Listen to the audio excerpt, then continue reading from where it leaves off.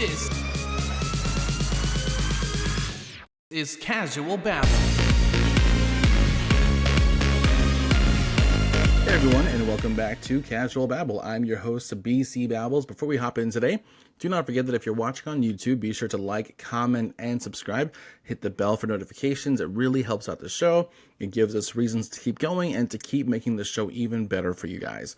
Also, if you're enjoying the show on your favorite streaming platform, Spotify, Apple Music, or the works, be sure to give us a follow there as well. If you're not sure where we can be found, go to casualbabble.com and see all of our links on the podcast page. Also, if you'd like to join our newsletter, please hit up our linktree /casualbabble, and you will find the ability to sign up on our mailing list right there. Okay, let's hop in real quick with an update from the Morning Brew, one of our favorite newsletters. And Morning Brew is currently not sponsored not sponsoring the show, but Morning Brew, always, please, let's talk about it. It'd be great. Come on. So this is from Friday morning, today the 26th. And we're seeing some of the markets see a unexpected low peak here. Real quick intro, Merriam-Webster announced that it revised the collegiate dictionary with 5,000 new words, including Riz, doomscroll, and of course, dad bod. That's a bit ironic because dad bods typically lack definition. Very, very true. And that's a quote from Sam Klebanov, Molly Liebergall, Dave Lozo, Adam Epstein, and Neil Freeman. So we're seeing NASDAQ, S&P, and Dow. Actually, let me just go ahead and share my screen real quick so you see what I'm talking about. Here we go. Yes. So yeah, we're seeing NASDAQ, S&P, and Dow go down a little bit, 0.5, 0.5, and 0.38% respectively. Good 10-year going up to BPS. I gamed too much, my bad. Bitcoin going down 3.77%. Stocks are slumping harder than the office after Steve Carell left, as all three major indexes fell for the third straight day, with some better than expected economic data making investors nervous about the Fed's next interest rate cut. It was still a good day for Intel, thanks to reports that it's seeking an investment for Apple. All right. Let's see what else is going on in the world today. Earn while you shop. Still using that old credit card with no rewards? It's time to upgrade. With the US Bank Smartly Visa Signature Card, you can earn unlimited 2% cash back on every purchase. Every purchase means every purchase. Earn 2% cash back on every grocery store haul, 2% back on that new TV you've been eyeing, and even 2% cash back on those playoff tickets open in your other tab. Head out on a little shopping spree and earn an unlimited 2% cash back on every purchase within the US Bank Smartly Visa Signature Card. You deserve it. Visit usbank.com /smartly card to learn more. All right, Amazon in toward the headline, settled with FTC for a $2.5 billion over deceptive Prime practices. We mentioned this during the first episode of this week, where the deception was partially labeled or partially mentioned in just how hidden certain aspects of their sales pitches are on the website. And I had a moment where I talked about how annoying it was for some companies, some subscriptions, to force you to have to go to a third party to get your subscription canceled. That to me is always a little sus. Just a few days into the trial, Amazon agreed to pay the historic sum to resolve allegations that it tricked customers into signing up for Prime subscriptions and then made it hard for them to cancel. It's not untrue.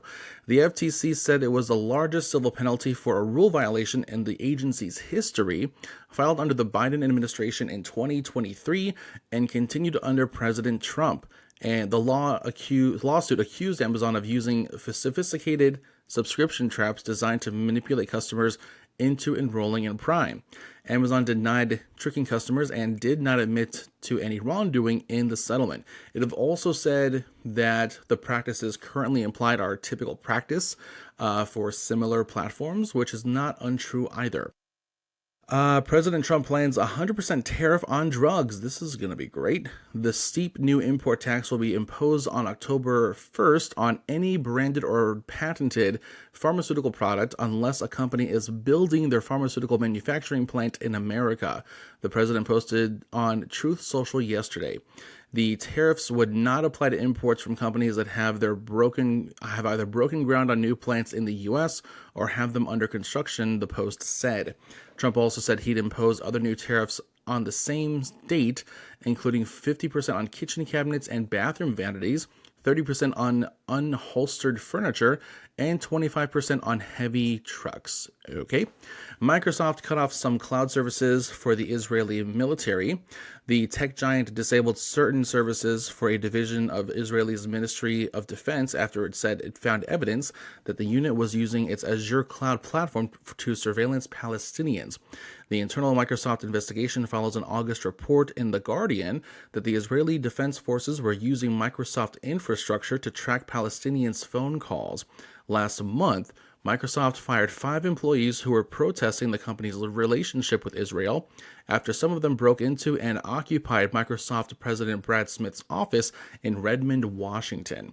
I have my own issues with Microsoft, mostly that they locked me out of my account of like 15 years, 2 years ago, and I still can't get back in because their backend is kind of stupid, but at least this sounds humane, so I like that. So there's that.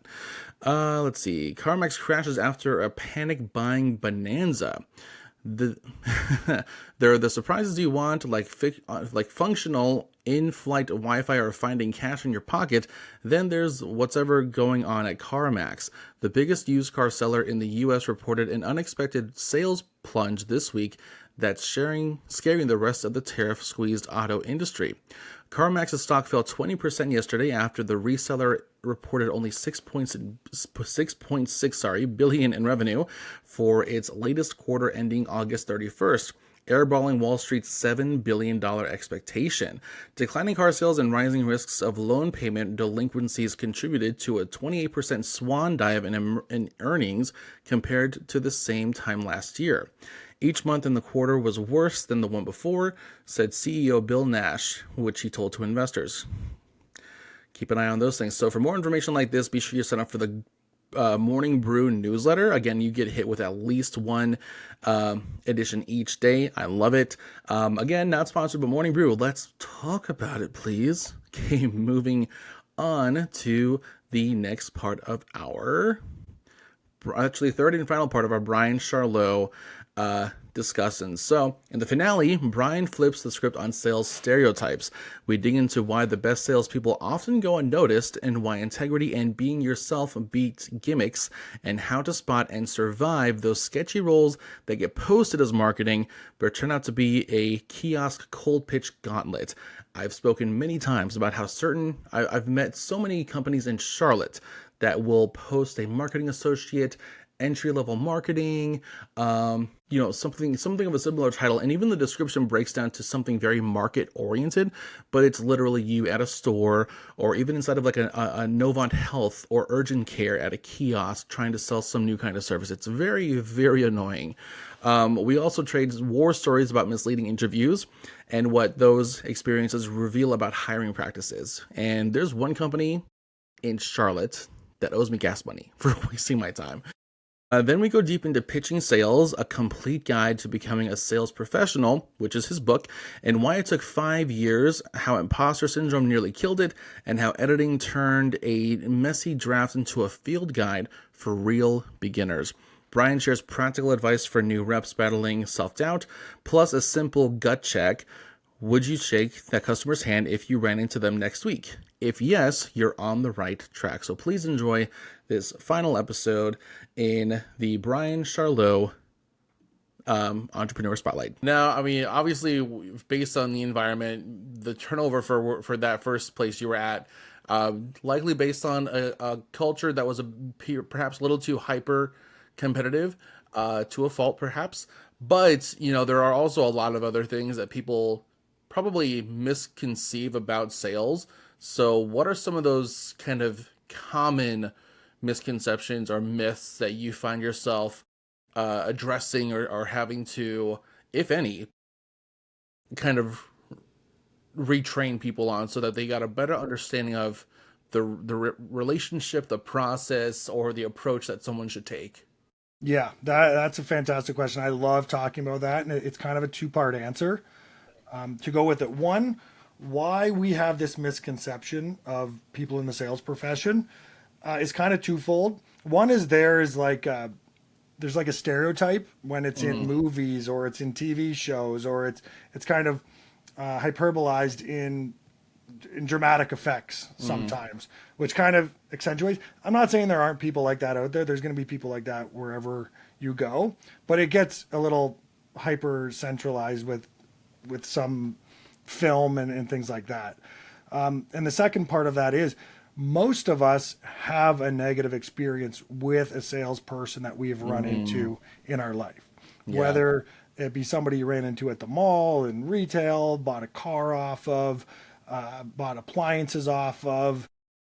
Think of anything that you've done where you felt like you got grifted a little bit, where you felt the person was doing it for their own interest. Everybody's got that story, and that's the one that sticks with them. Like I never want to get cheated by another salesperson again, and I'm going to have my guard up next time and whatever. So what we don't know is that we all have similar experiences with really good salespeople. We just don't remember it or realize that it was the salesperson being really good that created our buying experience. What we do is we thought we came to our own conclusion and decided to buy that couch or that appliance or that vehicle or whatever, when really it was the salesperson that was listening to us, guiding us in the right direction, making sure that we were getting rid of any pain points we had with a previous purchase of whatever item we're talking about, and getting you into the perfect item or service that you were looking for. But you have the feeling that you created that, right? And the person was just there to kind of help you out and make the sale. When realistically, that salesperson was doing such a good job, you didn't even realize it. So we sort of get lost in the shuffle when we do a really good job, and we get brought to the forefront when we do a bad job. So that's something you really got to keep in mind, and why we get that negative connotation with being a sales professional, because the good ones you just really don't notice, and they kind of blend in, but because they're doing such a good job. And the second part to what we were talking about, and what I go is the first place to start is two things, and how we like, and how I feel most of the people in this profession are from meeting them, is when you start from a place of integrity. You have to start there. And you have to start by being yourself. You do not have to become somebody else to be a good salesperson. It doesn't matter if you're shy. It doesn't matter if you're nervous, anxiety, whatever it is. Start with what you are and build from there. Because if you're being yourself and you're being honest and having integrity, you're going to be able to help the person. And that's what we're trying to do. When your goal going into a transaction is to help the customer at the forefront, you are going to do a good job long term. It doesn't mean you're going to get every sale. It doesn't mean things aren't going to go wrong. You're not still going to get yelled at sometimes. You're going to run into somebody. I always say you could be handing somebody a free bag of money and they'll still say no, because they see you coming and they just turn on a shield, right? So my best piece of advice is, if you're not sure, if you ran into that person a week later on the street, would you go shake their hand or would you go run and hide? And if you can answer that by saying you'd go shake their hand, then you're doing the right thing. And just kind of use that as your guidance of whether if you're not sure. Gotcha. Now, I like your mention to the approach by being yourself. It's something that I like to talk about when it comes to people finding their voice for radio. Is like, you can go. The first time I ever did it, I was on a rock station. I went on and I hit with this super cringy, what I thought was the best rock jock voice I could pull out of my throat. But what I find, and I think this resonates with what you're saying, is that it might sound cool. It might sound like it fits the bill, but over time, it's probably going to be really tiring. And it might wear you down to be this character that's not of your natural persona. Yep. So I like that element in your suggested approach. Because I definitely found trying to sound like Wolfman Jack was not what I was supposed to be doing. You feel like you have to become that person that fits that voice, or you're like, same idea. Like when you run into somebody you really like and you want to like that you want to kind of build off of that's really good at sales, but becoming them doesn't work.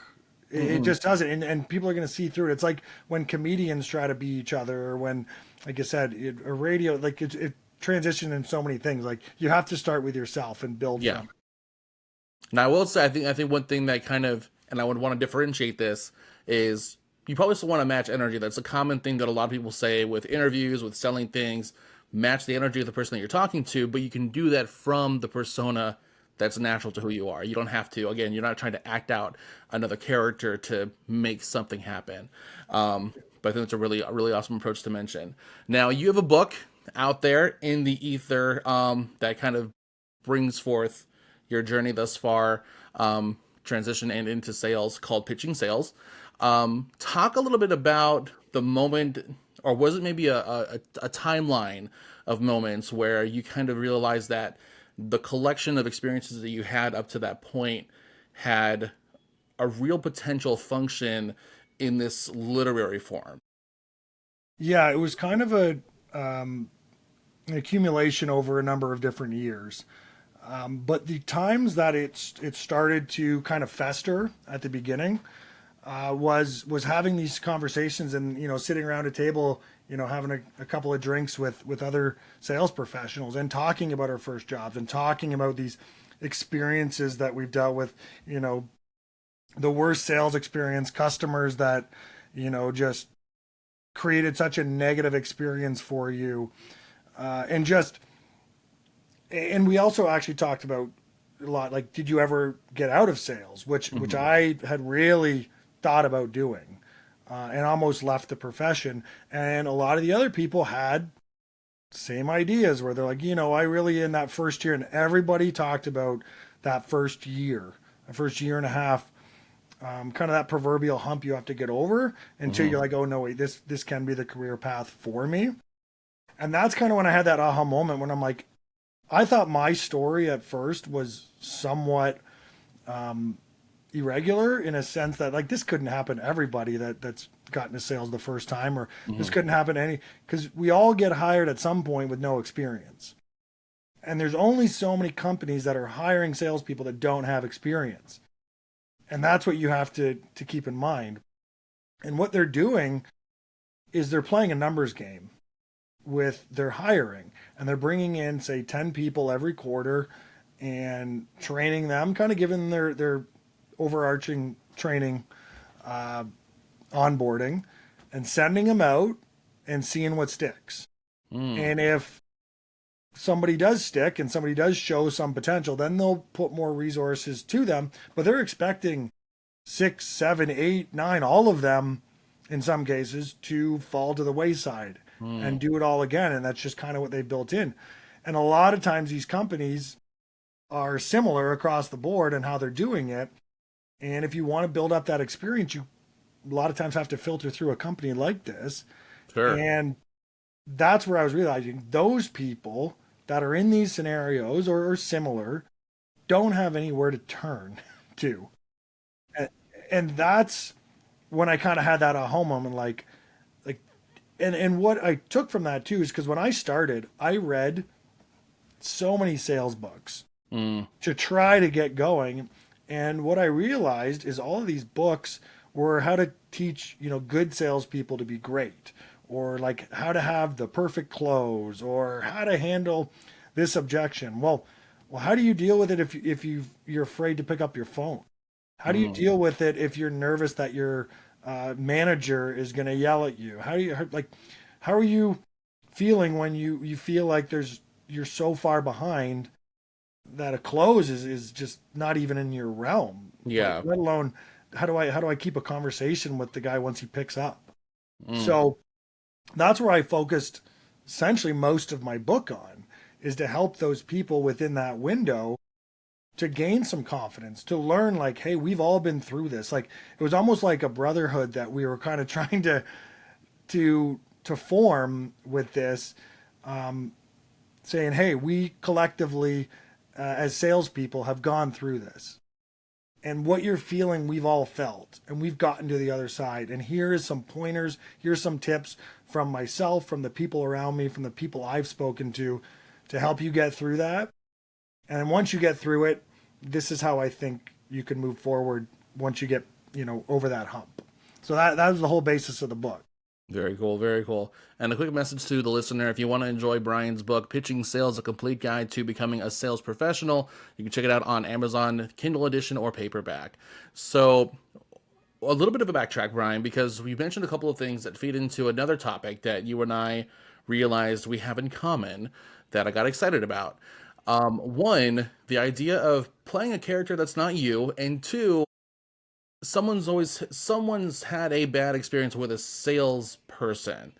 And I mentioned during our discovery call this phenomena that you and I have both seen, where for some reason a number of companies tend to go out there and promote their sales jobs as marketing jobs. Now I mentioned that I have been duped a number of times into those interviews where at first it seems like it'll just be me. The next thing I know, there are 35 other people in there. They're always pitching this super quick, like within a year, we'll send you out to a new market, start your own location type of growth program. But it's always marketing on the front end, like on Indeed or LinkedIn. It'll look and sound like a marketing job. But then you realize, oh, I'm going to be standing at a Walmart in a kiosk trying to sell new phone plans, or in a kiosk in a Novant Health trying to sell new medical services. Yeah. Talk a little bit about your experience with those companies and what your thought is on that approach. I got my thoughts, but I want to hear yours first. Yeah, and talk about wasting your time when you do that. Okay, and what that comes down to, first and foremost, is the recruiters for those companies, and I don't want to speak for everybody, for the most part, they just don't care. Yeah. They are trying to bring in whoever, and in a sense, look at it like, well, since you're already here, maybe they're going to be interested in that job. Maybe they're going to take it because I put it in front of them. And somehow over time, marketing and sales have somehow meshed to these people as the same position, as if, well, you're representing our company in the field, so therefore you're marketing it to the public. And if you look at it like a Venn diagram, it just got bigger and bigger, where all these overlapping things that they feel we should be doing on behalf of the company fit into the same job description. It's like, well, since you're out there representing our company, why don't you sell some of our phone plans, or sell some of our services, or sign them up for our credit cards? Yeah. And you got it. And here's the thing is, I see these people at these kiosks doing these things, and like I commend them, because it's not easy to wake up that morning and go set up that kiosk and get told no 1,000 times in a row. And, maybe you get one or two, and half those people, they sign up for it, then they cancel as soon as they get home because they felt bad for you in the moment. Also very possible. Even though you're going to feel worse when you see that they cancel, you're not going to get paid on it anyway. Right. But I digress. But for those people to feel that rejection and get up the next morning and do it all over again, and get up the next morning and do all over again, like, honestly, I look at that person and say, you could be a really good salesperson in the right environment, because that's step one, is falling on your face day after day and gaining that experience, hearing the no's, and mentally pushing through it, and not just cowering behind your desk, and still approaching people and asking them, no matter how irritated they are, no matter how low the percentage you think you are. And that's the kind of people I'm talking about, that, they read a book like this, or they get some inspiration from a mentor and say, maybe this isn't the environment for you, but if you can do this, I assure you, you can do that over here. And that's the type of person, if I'm sitting here 15 years later down the road and I see somebody at a mall doing that, I'm like, you know what, you might be good at something I have in mind, kind of thing, because you have that energy and that mental fortitude to do this, whereas not everybody does when they get in that environment. See, I think you should go out there and be the professional poacher of these kids, because that's a good point that you make that I don't think we hit before. It does take a real go-getter attitude that in the right environment could make one hell of a salesperson, but and some people can handle taking all those no's. Bryan, you can do it. BC does not do that. That's why BC is in marketing. BC likes to cower behind his desk and then go to the nice event that he planned and look fancy over there. That's what BC likes to do. That's why he's doing what he's doing. Bryan, you can handle all the no's. Well, for context, that first job I talked about that I did for almost a year, I only got 2 sales. Do you know how many phone calls I made? And that's the thing. I can imagine. I've done retention. Oh man! So and I've done post sales retention before, and so that was like 40 calls a day for. I had a book of business eventually of like a 200 clients that I had to maintain throughout a month. So I can only imagine the calls you did, but you still set that up for a year. BC was not going to do that. That's not in here for me. That was in there for you, and that probably came partially from the athlete background and what your coaches taught you. Plus, you had to have the nerve to get through rehab. BC has had a much softer life than that. BC's not going to do that. So I applaud you and these go-getters out there who are doing that. But circling back to you mentioning waste of time. I mean, it's one thing if these were all just remote locations, right? And I will say there's this other commonality I've noticed for these companies. They're always out in these building, like there's these industrial districts that are still kind of building up. They're not really taken up yet by any legit companies. Or and the one that I've been to like more than once. I was duped into actually driving to them more than once. They're in this super run-down mall-looking area of South Park, which is like a bougier area of Charlotte. And by run down, I mean like the pavement has not been kept. There's cracks all over the place. The facade of the main business is like not looking good. There's like one inside. There's like one business every other hallway. It's like this is either going to be my last day on earth or this is just not going to be the job for me. There's no in between there. So, and I think the worst experience I had was they pitched it up to not be a marketing job, but it was pitched specifically as, and I was desperate for a job, as this like sit at your chair, customer service on your phone in the office, Monday through Friday, super simple. And where they were, and I know you're not in Charlotte, you're in Toronto? Toronto, yeah. Toronto. And so in Charlotte, so from my home to central Charlotte, it's about 35 minutes. And then there's a main highway called Independence from central Charlotte southeast. And they're the same distance from central Charlotte down to where they were. So I drove twice the distance from my house just to get there on like a quarter tank of gas. So by the time I realized, and we're all walking out, we're all talking to each other like this wasn't even the same job they spoke about 3 days ago.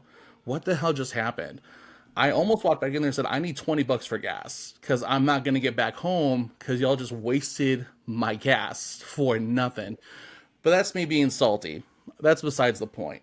I don't want to stay there too long because I tend to not leave there soon enough. So let me move on to the next topic here. Just to go to to touch on that, because I think, one, they're not having their customers come to their office. That's why they find these places to do that. Two, they rely on you being somewhat desperate to needing a job to do these types of roles. And then see, they're bringing people in again just to see if they'll stick it out for 3 months. Mm-hmm. They're honestly just looking for warm bodies sometimes to fill in the roles and carry it over. They'll have managers that will then take your work and they'll take the people that you had, say you had, I don't know, 10 good conversations. Like to touch on it and revert it back to my first one. When people left, the managers went, thank you, because they had, I don't know, 5 good conversations. So that was 5 warm leads now for the manager, 5 more warm leads for the manager. So they didn't care about this turnover. They just needed people dialing the phones, and they don't care if they get yelled at all day, every day, and get told, don't call me again, take me off your list. They never took anybody off the list. I'll tell you, they, like, I heard that 50 times, like, yeah, whatever, we don't care. So they don't mind somebody just coming in for 3 months, doing what they need to do, and then taking that warm lead or that retained person and going. So to get back to your point, and again, I don't want to speak for everyone because there are still good recruiters out there. There's still good companies and good people, but these people don't care. If you're gone in 3 months, they don't care because there's another one of you behind them to do it for 3 more months. And it's the unfortunate part of this, but it also touches back on how everybody's got some sort of story. If they've been in the sales realm Yeah. like this is where that idea came from, because I could sit around a table with it doesn't matter if it's 10 or 100 salespeople, and everyone's got a similar story to that. And Yeah. it's kind of crazy, kind of scary, and sometimes you have to experience that to move on from it and learn from it. So it's interesting how it all works. Said you're in Charlotte, I'm in Toronto. We experience a similar thing. Like, just Man. the way it works. I I'm don't know if gonna it's go North America or what, but Oh, yeah. God, oh my God, I can't imagine other countries. But I'm gonna go back to what I said earlier and say I think you should be out there like professionally poaching those real go-getters and like at least give them like a real fighting chance at a career there. But moving back into a little bit about the book. So it took you about 5 years, I believe, to write the book. Is that correct? yeah, and when you hear that, I don't want you to think this is like some giant novel that took me 5 years to accumulate all of this information. Because if you look, it's only about 110 pages, more of like a guidebook. Yeah. Yeah. The reason it took so long is for any number of reasons. One was personal doubt in what I was offering in substance. Yeah. Some was I was working on my own career at the same time while trying to balance this. Some of it was imposter syndrome, as what am I doing? How do I, like, I'm not some CEO of a company or some VP of sales. Like, what could I possibly offer as help to Imposter somebody syndrome is a doing? good topic. Yeah. And I still feel it to this day, right? It's not something that I ever shake. It's something that you work through. You don't, it's always kind of lingering for me, but that doesn't stop me, because I do realize, and I have heard that I have helped people, and that's what matters to me. And that's Yeah. what keeps me going, because I know, based on hearing it back a little bit, that this information does help people, and they do take a lot Sorry, from just one it. second. Yeah. Just one second. I keep praying that one day my dogs will go mute, and it's not happening soon enough. If you want to backtrack like 20 seconds, Yeah. I'll watch it. Let me just say that. Let me say this. So I'm not asking you because I want to shame you by any Yeah. means of the imagination, but I am interested to learn, like, within that time frame of you writing the book. What did you learn about yourself? You mentioned that you faced a little bit of imposter syndrome, but like, what else about yourself professionally, emotionally, did you also kind of realize during this time frame? Yeah, one of the biggest things I really had to consider and really think about is, what is this book trying to convey? And who is it for? And why am I doing it? And have all these mental conversations with myself about this. And I actually talk about it in this book, about one of the biggest things that salespeople face. And it doesn't matter if they're first year or 10th year, or that they're going to retire at the end of there's self-doubt that we face on you could face it daily, you can face it monthly, yearly. Every time the January 1st comes around, your sales goes back down to zero. Mm-hmm. And self-doubt is a major thing that we as salespeople have to fight. Well, I was facing a lot of self-doubt writing this book, and wondering what I could offer. And again, talking about that imposter syndrome, doing it. And I realized that, well, that's a core part of my book. And what it's talking about is, if you want to succeed in sales, you have to fight through that self-doubt. And I'm going over things that help get through trial by fire, facing rejection, hearing no's, things like that. I'm like, well, essentially, if I can't write this book because I doubt myself, then I shouldn't write it. Like, if I know that sounds kind of simple in a weird twisted way, but on the other side of it, it's like, well, if I can write this book and I can convey what I am trying to do and what I feel I can do to help people out there in this profession, then that's exactly what this book is talking about. If I can face my own self-doubt and fight through it and do this, then, I'm at least leading by example. And that's what this whole concept is with this book. So by releasing it and getting it out to the public, well, I'm showing you that if I can do it, you can do it. And I can help you if you need it. Or the things that are in this book are things that I've followed myself and have been able to succeed in my career by doing. And that was that shift in mindset that made me go, yeah, I'm going to do this. And I really put the pedal to the metal after kind of having it on the back burner for a bit. And once I had that kind of tough conversation with myself, it almost came out flawlessly after that. Nice. Well, Shoot, you pretty much knocked out my last couple questions. with Yeah, that one. it's So I'm such an going- overwhelming thing though. Like I faced such, Yeah. it was like a tornado in my brain for the longest time, and it finally clicked, and I went for it. Did you have to like word vomit everything first before you like even try to provide structure, or did you Oh. like were you methodical? Like, I read the rough copy for the first time, and I closed my laptop, and that was the worst thing I've ever read in my life. Because I had no structure. It was all run on sentences, and this idea was over here, and that idea was over there. So yeah, it kind of gives you, having never written a book or anything like that in my life, I'm the last person I would have thought would have written a book either. It's never been something I ever did. So it really leads to the power of editing and public, Yeah. how it helps and how you can structure things better, and the sequence that you present the information, like all that. By the end of it, I was like, I can't believe this is the same book that I wrote or that I read for the first time in that first rough draft. Because after I read it the first time, I was like, there's no way this is going to help anybody. And here we are, you 5 gotta years sit with later. yourself for a little bit, like maybe this does not need to happen. Yeah. I closed. I was like, There are that other was. I things I can't can believe do. I just read that. So it's kind of like I've heard the same thing about like directors who direct a movie for the first time. Like when it's just rough cuts before any of the editing process, it doesn't make any sense.